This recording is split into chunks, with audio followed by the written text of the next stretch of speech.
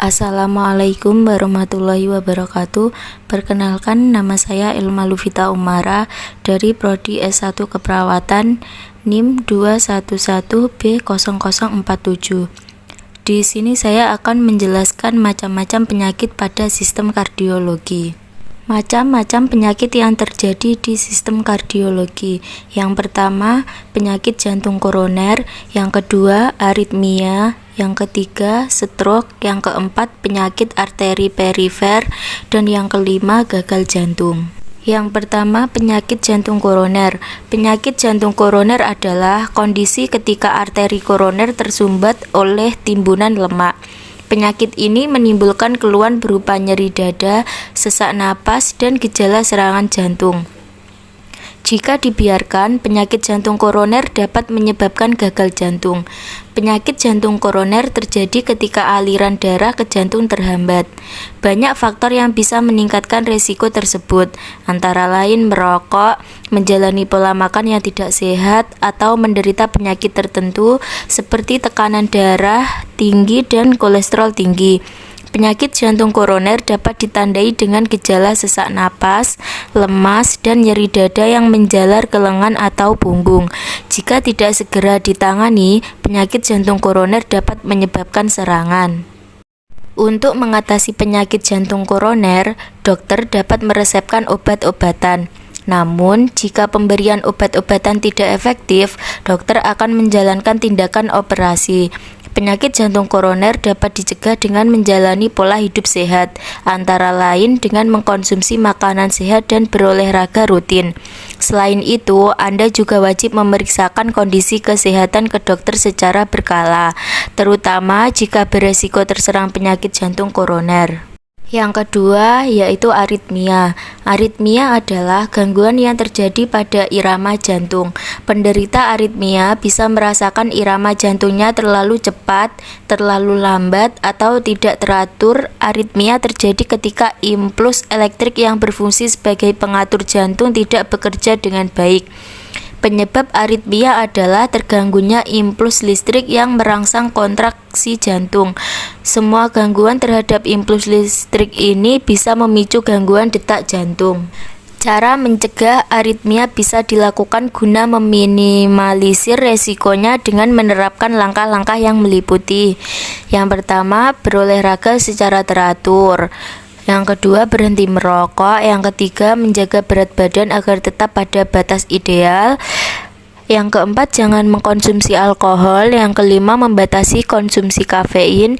Yang keenam, mengendalikan stres. Dan yang ketujuh, penderita penyakit jantung perlu melakukan kontrol rutin ke dokter agar kondisi penyakitnya tidak makin memburuk dan menimbulkan aritmia. Penderita juga perlu mengonsumsi obat secara teratur sesuai anjuran dokter dan segera ke dokter begitu gejala memburuk. Yang ketiga, yaitu stroke. Stroke adalah kondisi yang terjadi ketika pasokan darah ke otak terputus akibat penyumbatan atau pecahnya pembuluh darah, sehingga terjadi kematian sel-sel pada sebagian area di otak. Stroke adalah kondisi kesehatan yang serius yang membutuhkan penanganan cepat. Ketika pasokan darah yang membawa oksigen dan nutrisi ke otak terputus, maka sel-sel otak akan mulai mati. Ketika itu semakin cepat penderita ditangani, kerusakan yang terjadi pun semakin kecil, bahkan kematian bisa dihindari. Sebagian besar penyebab stroke bisa dicegah dengan cara mengubah pola hidup Anda menjadi pola hidup sehat. Kendati begitu, ada beberapa resiko stroke yang tidak dapat diubah jika Anda pernah mengalami TIA atau stroke ringan dan serangan jantung. Resiko Anda terkena stroke lebih tinggi. Anda memiliki anggota keluarga dekat yang pernah mengalami stroke. Anda beresiko terkena stroke jika usia Anda lebih dari 65 tahun. Meskipun seperempat kasus stroke terjadi pada usia yang lebih muda, menderita diabetes, tekanan darah tinggi, atau mempunyai kolesterol yang tinggi. Cara terbaik mencegah stroke adalah dengan berolahraga secara teratur, makan makanan bergizi dan sehat, tidak mengkonsumsi minuman keras secara berlebihan, tidak merokok, dan hindari atau atasi stres.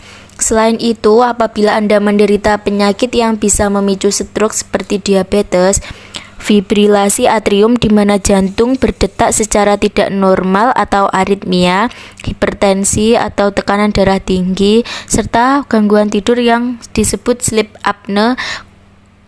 Kontrol dan obat seluruh kondisi tersebut dengan baik. Yang keempat yaitu penyakit arteri perifer. Penyakit arteri perifer adalah gangguan sirkulasi darah yang menyebabkan pembuluh darah arteri menyempit. Kondisi ini paling sering diakibatkan oleh penumpukan timbunan lemak pada arteri. Penyakit arteri perifer dapat membatasi aliran darah di berbagai bagian tubuh seperti lengan, ginjal, dan terutama area kaki. Akibatnya, beberapa fungsi dari organ tersebut dapat terganggu dan menghasilkan sejumlah gejala. Misalnya, gejala yang paling umum terjadi pada kaki adalah nyeri maupun kram dan otot yang terasa melemah ketika berjalan atau menaiki tangga. Penyakit arteri perifer disebabkan oleh penumpukan lemak di dinding pembuluh darah yang memasuk darah ke tungkai. Timbunan lemak tersebut membuat arteri menyempit, sehingga aliran darah ke tungkai tersumbat. Proses ini disebut sebagai aterosklerosis. Meski jarang terjadi, penyakit arteri perifer juga dapat disebabkan oleh kondisi berikut: cedera pada tungkai, peradangan di pembuluh darah arteri, kelainan pada bentuk otot atau ligamen, paparan radiasi. Cara paling efektif untuk mencegah penyakit arteri perifer adalah dengan mencegah terjadinya aterosklerosis. Upaya yang dapat dilakukan antara lain berhenti merokok, mengkonsumsi makanan bergizi seimbang, berolahraga rutin 30-45 menit setiap hari, menjaga berat badan ideal, mengurangi konsumsi minuman beralkohol, mengikuti anjuran dokter untuk mengatasi diabetes, hipertensi, atau kolesterol tinggi. Yang kelima yaitu gagal jantung. Gagal jantung atau heart failure adalah suatu kondisi yang terjadi karena jantung tidak dapat memompa darah dengan baik ke seluruh tubuh. Tanpa adanya aliran darah yang cukup, semua fungsi organ tubuh akan terganggu. Beberapa kejadian gagal jantung biasanya dipicu oleh penyakit jantung koroner. Penyakit ini membuat arteri jantung menyempit, serta tekanan darah tinggi yang akhirnya mengakibatkan otot jantung melemah atau menjadi kaku dan keras, sehingga tidak dapat memompa secara efisien. Penyebab gagal jantung adalah kondisi atau penyakit yang membuat jantung melemah atau mengalami kerusakan. Beberapa kondisi atau penyakit yang dapat menyebabkan gagal jantung antara lain penyakit jantung koroner, hipertensi, dan anemia. Gejala utama gagal jantung adalah sesak napas, mudah lelah, serta pembengkakan pada kaki dan pergelangan kaki. Gejala ini dapat berkembang secara bertahap atau muncul secara tiba-tiba. Pengobatan gagal jantung bertujuan untuk meredakan gejala dan meningkatkan kekuatan jantung. Metode pengobatannya dapat dilakukan dalam berbagai cara, yaitu dengan obat-obatan, operasi, hingga pemasangan alat pada jantung. Pencegahan utama gagal jantung adalah dengan menjalani gaya hidup sehat, yaitu dengan mengonsumsi makanan bergizi seimbang, mengatasi asupan garam, gula, dan lemak jenuh, serta berolahraga secara rutin. Selain itu, pemeriksaan kesehatan secara rutin, terutama tekanan darah, gula darah, dan kolesterol juga perlu dilakukan untuk mendeteksi gangguan kesehatan yang dapat menyebabkan gagal jantung. Sekian penjelasan dari saya. Wassalamualaikum warahmatullahi wabarakatuh.